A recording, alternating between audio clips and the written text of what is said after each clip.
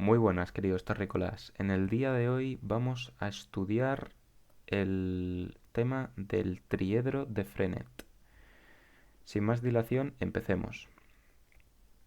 Vamos a empezar con una definición de uno de los elementos que conforman el triedro de Frenet, ¿vale? Para curvas planas. Bueno, sea sigma definida en un intervalo I de R sobre Rn una curva regular. Una curva regular. Bien, se llama tangente unitaria al siguiente vector. El vector lo vamos a denotar por una tau mayúscula dt, ¿vale? Y es igual a sigma prima dt dividido entre el módulo de sigma prima dt. Es decir, es un vector de Rn que básicamente es el vector tangente a sigma, pero normalizado, es decir, dividido entre su módulo para que su norma o su módulo sea 1. Vamos a hacer, antes de seguir definiendo otros puntos del triedro de Frenet, vamos a comentar una propiedad de la tangente que es bastante interesante, y es que la tangente unitaria no depende de la no depende de la parametrización. No depende de la parametrización, excepto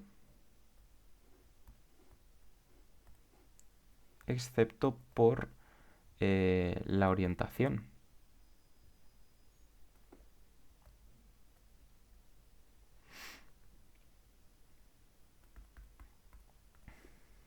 ¿Vale? Y vamos a demostrar esta proposición. Bien,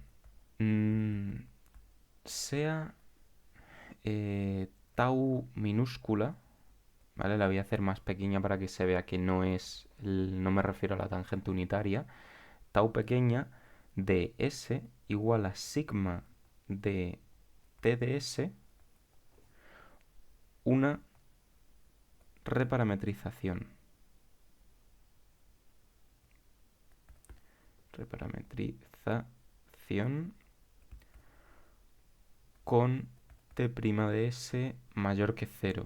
Esto básicamente lo que significa es que es una reparametrización que mantiene la orientación. Bueno, pues entonces, si hacemos, si hacemos la derivada de esta curva reparametrizada, es la derivada de sigma, esto es por la regla de la cadena, de T de S por la derivada de T de S. Por lo tanto, pues su módulo, el módulo de la velocidad de esta reparametrización, coincide con el módulo de sigma de T de S, pero por T' de S. Por lo tanto, cuando calculamos la tangente unitaria de esta curva tau prima, ¿vale? Si calculamos, es decir, tau prima lo dividimos entre su módulo,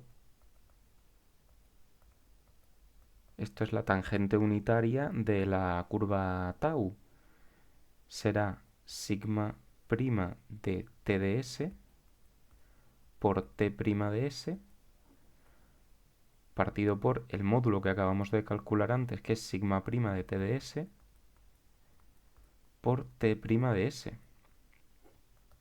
Obviamente estos dos términos se cancelan y nos queda sigma prima de t de s dividido entre el módulo de sigma prima de t de s. Esto es la tangente unitaria de t de s. Es decir, que nos ha dado la misma tangente unitaria que nos habría dado la curva sigma. Bueno, ahora vamos a definir lo que es lo que es una curva de Frenet y lo que es una referencia móvil de Frenet. Entonces, vamos con una definición. Sea sigma, como antes, definida sobre un intervalo y contenido en R hasta Rn, una curva parametrizada.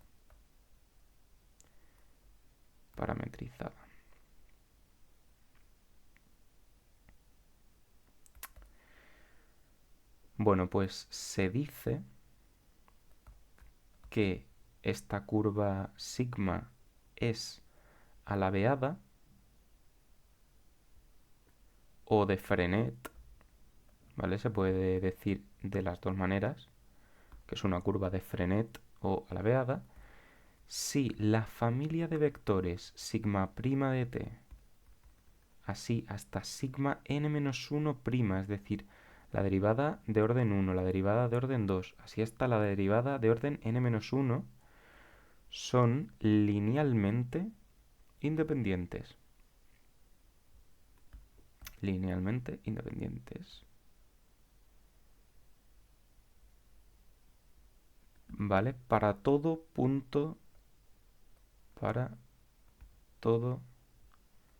t perteneciente al intervalo i.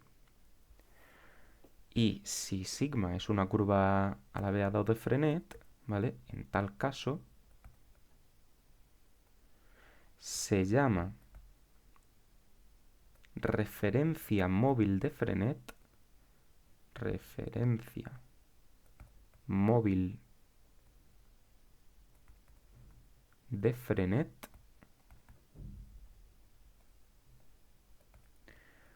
a la familia de los vectores e1 de t, tal, hasta e sub n de t, para todo punto t perteneciente al intervalo i, determinada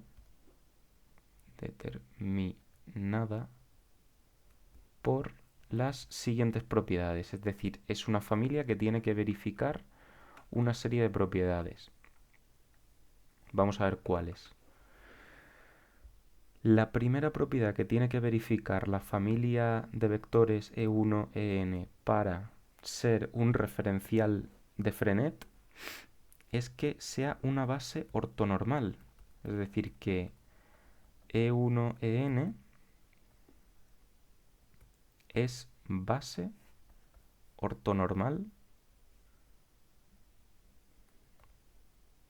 y positivamente orientada. Positivamente orientada.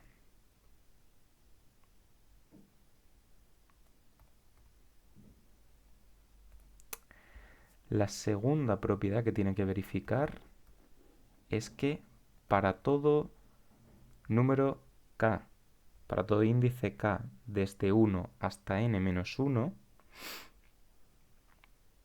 se debe verificar que el subespacio generado por las k primeras derivadas de sigma debe coincidir con el subespacio generado por los k primeros vectores de esta base. Y por último, la tercera propiedad es que sigma k' de t, el producto escalar, vaya, de sigma k' de t con e sub k de t tiene que ser 0 para todo k, desde 1 hasta n-1. Es decir, que debe ser ortogonal a los vectores de sigma, a las derivadas de sigma. ¿Vale? Y todo esto obviamente tiene que ser válido para todo t perteneciente a i. ¿De acuerdo? Entonces, aunque parezca que la definición es demasiado complicada y que no vamos a poder encontrar por lo general una familia que verifique todo esto, pues vamos a ver cómo sí que podemos construirla. Entonces, nuestro primer elemento de este referencial de Frenet, ¿vale? Es la tangente unitaria que ya hemos definido. Ahora vamos a definir el segundo vector de este referencial de Frenet, que va a llamarse la normal, el vector normal unitario. Entonces, como siempre, dada sigma de i contenido en R a Rn, una curva regular. Bueno, en este caso hasta R2, ¿vale? Vamos a definirla solo para R2. Pero vaya, que la normal tiene su definición análoga en n dimensiones. Pero por ahora, como estamos trabajando en curvas en el plano, nos vamos a quedar en R2. ¿Vale? Pues sea esta una curva regular con sigma dt igual a x dt y dt. Es decir, sus coordenadas son x e y. Bueno, pues se llama vector normal unitario al siguiente vector. Vamos a denotarlo por una n, así grande, y se define como menos y' de t, x' de t. Y esto dividido entre el módulo del vector que hemos puesto ahí arriba. Es decir, dividido entre x de t al cuadrado más y' de t al cuadrado. Y lo importante de aquí es que la pareja de la tangente unitaria y la normal unitaria resulta que es un referencial móvil de Frenet. Es decir, encarga, cumple las propiedades que hemos puesto más arriba, las tres. Esto obviamente para curvas en el plano. Obviamente para una curva de dimensión 3, para una curva en el espacio, haría falta un tercer vector y así, pues para una curva en 5 dimensiones harían falta 5 vectores en el referencial móvil de Frenet. Muy bien. Y la última definición que vamos a dar en la clase de hoy es la definición de curvatura, que no es propiamente una función del referencial de Frenet, pero está muy relacionada la curvatura con los vectores del referencial de Frenet, como vamos a ver. Entonces, como siempre, dada sigma de i en R a R2, también por ahora vamos a trabajar en R2, una curva regular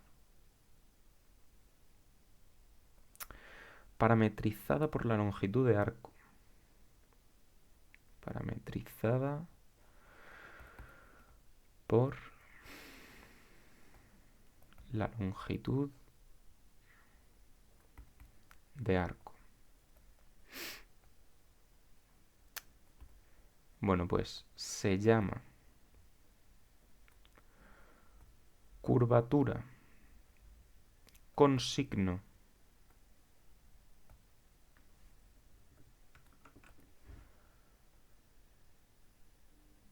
a la función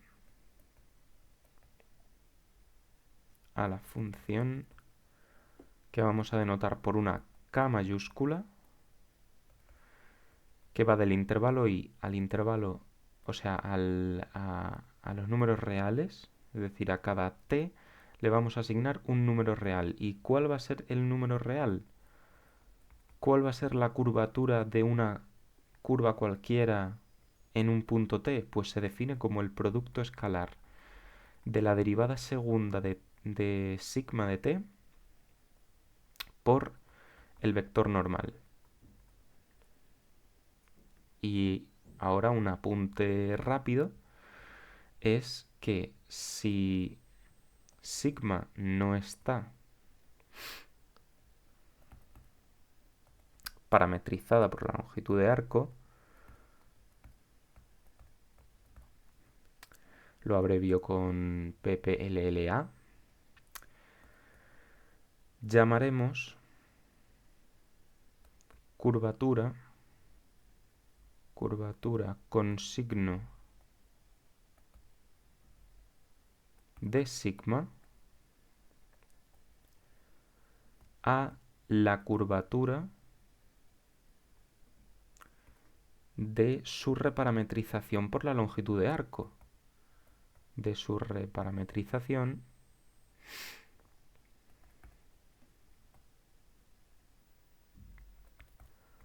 por la longitud de arco.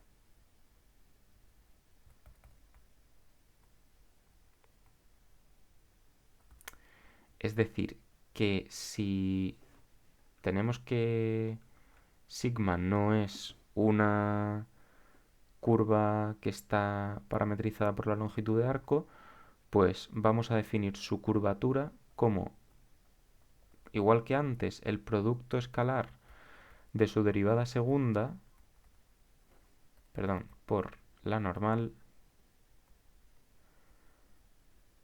pero esta vez lo vamos a dividir entre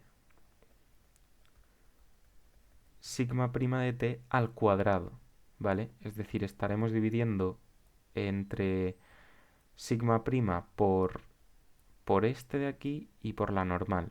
Tenemos que dividir una vez por cada uno de ellos. Y así se define la curvatura. ¿De acuerdo? También hemos visto la definición de la tangente unitaria, de la normal, de lo que es una curva alabeada, de lo que es el referencial de Frenet, y en la próxima clase veremos las ecuaciones de Frenet. Hasta la próxima.